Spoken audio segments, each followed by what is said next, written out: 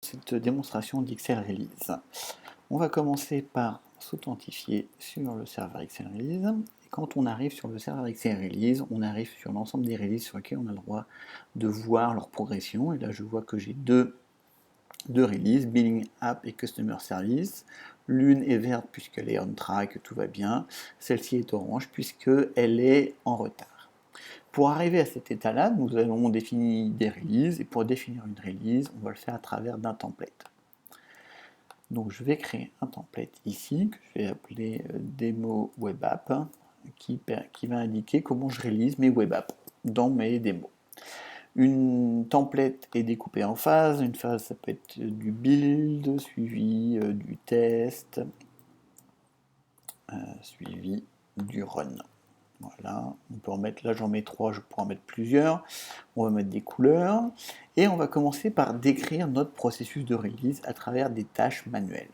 Donc on pourrait imaginer que la première étape est de lancer le build de l'application $app, donc je mets une variable en version et je mets une variable que j'appelle V. Très bien, ensuite il faut faire le déploiement de la version V et ensuite prévenir que la version est prête. Prévenir les ops, par exemple. Prévenir les ops que la version est prête. Donc on a 3 tâches qui vont s'exécuter séquentiellement. Si j'ouvre ici ma tâche, je lui ai mis son titre. Comme c'est une tâche manuelle, je peux y mettre des informations qui vont aider la personne à réaliser la tâche. Donc ça peut être aller sur le Jenkins et lancer le job $app release. Donc j'imagine que j'ai un job qui est en fonction de mon application. J'ai plein d'autres paramètres qui peuvent gérer des préconditions, des attachements, gérer des dates, des durées estimées. Et dans ma démo, je vais juste assigner à cette équipe à des teams, des équipes. Donc là, on voit que j'ai quelques équipes, dev, ops, QA et manager que je vais utiliser. Donc on va dire que cette tâche-là est gérée en dev. Le déploiement de la version V, j'ai pas dit où, en environnement de dev, va être géré par les devs. Et ensuite prévenir que toujours les devs. Donc voilà, on voit que j'ai 3 tâches séquentielles qui vont être gérées par l'ensemble des devs. Ensuite, on va passer à la phase de test. Donc avant de faire des tests, on va déployer. Donc je duplique cette valeur, je la mets ici et je change pour dire qu'il faut déployer en test. En revanche, ce n'est plus une tâche attribuée aux tests, mais aux ops. Et ensuite, on va pouvoir faire nos tests. Donc on va faire test d'intégration en version V. Donc ça, on va assigner ça aux équipes de QA. Et on pourrait imaginer que j'ai 2 tests. On va dupliquer cette tâche-là pour faire des tests de performance, toujours par les QA. Ensuite, on va finir pour aller jusqu'en prod. Donc on va dupliquer cette tâche-là pour dire qu'on déploie la version, et là pas en test, mais en prod. Voilà, toujours pas les ops.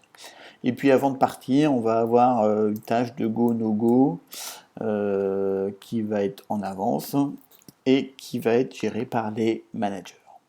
Donc on voit que c'est très facile de construire son propre template de release, il suffit de décrire le processus, et déjà à ce niveau-là, ça va permettre aux gens de pouvoir communiquer, aux différentes équipes de s'authentifier, de voir qui fait quoi, quand, comment, et avoir une certaine idée du déroulé d'une release en complet, puisqu'en fonction des équipes, les gens vont savoir ce qui se passe plutôt là ou plutôt là. La bonne nouvelle ici, c'est que non seulement j'ai décrit mon processus de release très simplement, il n'y a pas besoin de connaissances techniques, mais en même temps, je vais pouvoir même faire une nouvelle release et dérouler ce processus, ce template. Donc on va faire une nouvelle release. On pourrait imaginer que je suis en agile, donc j'ai un sprint qui s'appelle 4 de l'application Portail en version 3.2, donc 3.1. Donc je passe les paramètres. Donc là, je passe sur une release, partout j'avais des variables, maintenant j'ai des valeurs, et en statut planifié, à ce niveau-là, je pourrais dire, tiens, j'ai envie de faire les tests de perf avant les tests d'intégration, puisque la release vit son propre cycle de vie. Et je vais démarrer ma release. On voit que la première tâche est de lancer le build. Donc là, j'étais en mode release manager, je vais passer en mode opérationnel, en allant dans My Task, Et MyTask va me permettre de voir l'ensemble des tâches qui me sont assignées, celles qui sont en cours. Voilà. Et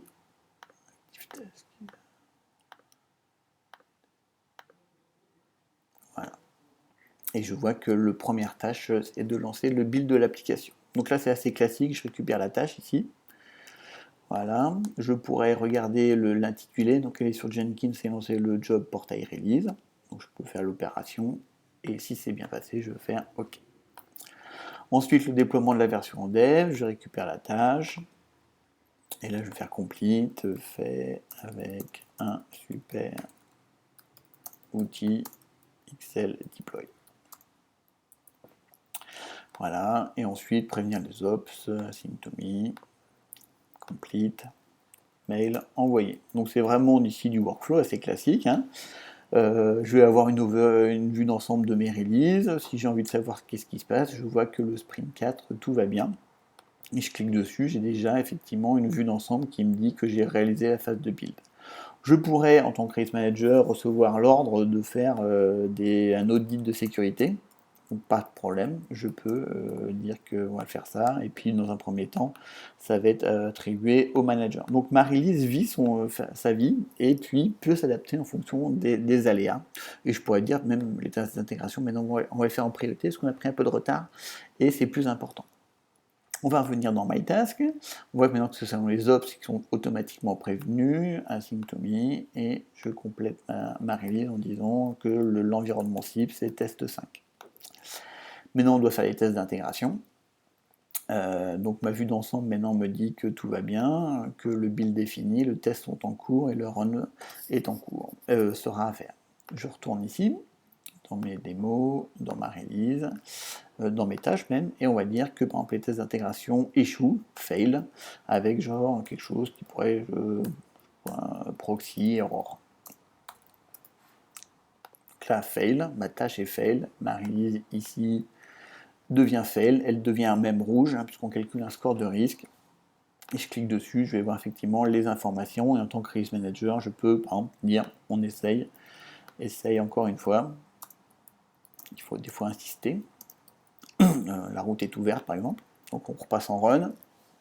La personne va faire maintenant out of memory. Donc on voit bien qu'il y a quelque chose qui ne se passe pas bien sur la plateforme.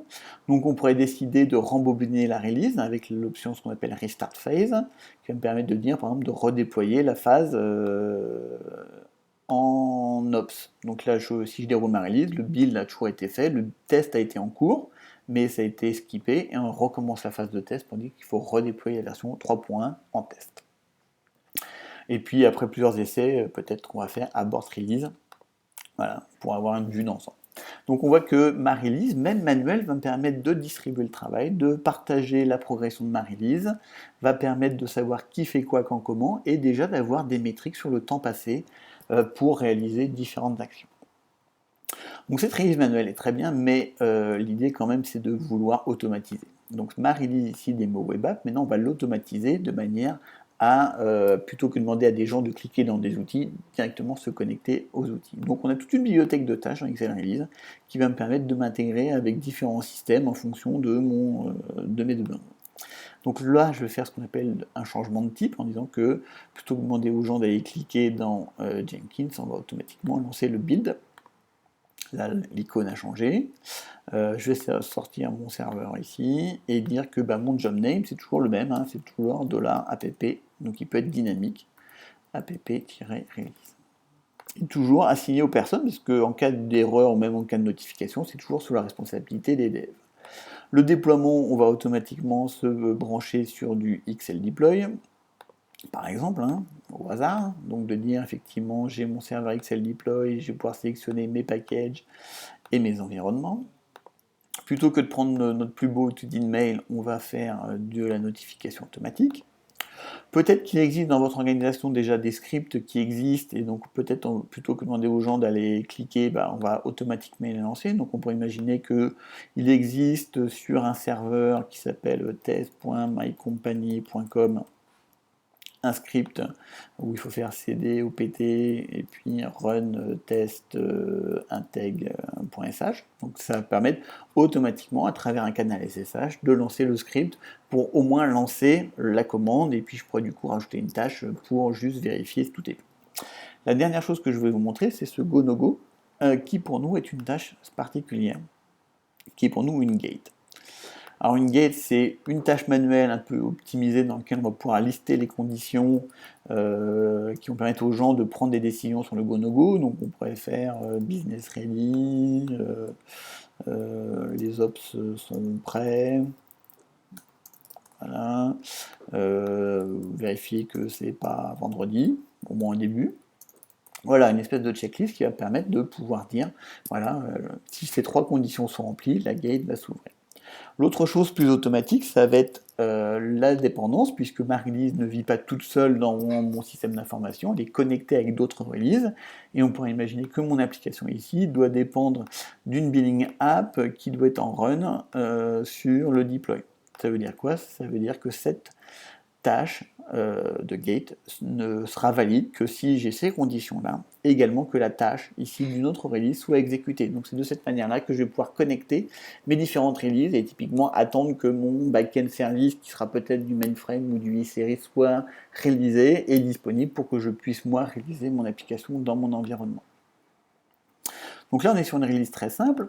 Si maintenant je bascule sur la fameuse release Pet Portal, on va voir que cette release-là contient 4 phase, build, test, QA et run, donc c'est à votre disposition, et qu'on va avoir ici une release très automatisée avec du Jenkins, du XL Deploy, mais également de l'interrogation avec Jira, de récupérer l'ensemble des fonctionnalités corrigées ici dans mon Jira, et plus tard, après que j'ai fait un certain nombre de tests, je vais pouvoir déplacer mon statut Jira d'un état à un état par exemple prédit. Ce que j'ai fait dans j'ai l'ITSM de dev, je retrouvais de l'ITSM de prod, avec effectivement la création des tickets dans le change management, et de pouvoir déployer en production et de clore mon ticket.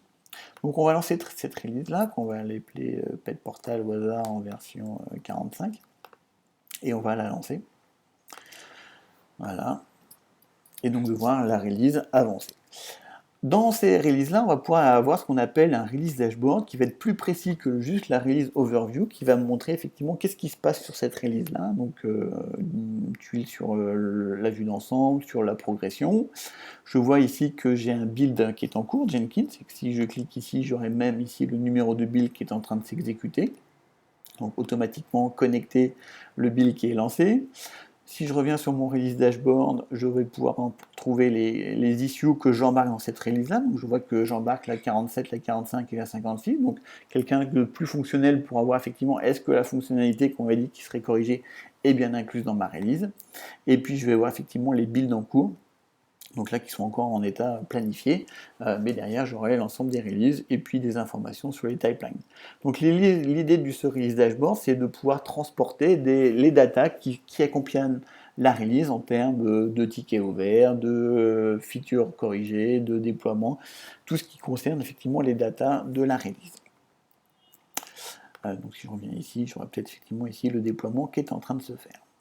On va jeter un coup d'œil sur les reports, on va voir effectivement ce qu'on appelle les dashboards qui nous montrent ce qu'on appelle le release efficiency, donc ce ratio tâche manuelle, tâche automatisée, qui va me permettre effectivement de voir si j'automatise de plus en plus mes releases. Et l'autre chose importante, c'est ce qu'on appelle le release value stream, qui va me permettre de m'améliorer, puisque de me montrer tout ce qui s'est vraiment réellement passé sur mes différentes releases ici de Pet Portal.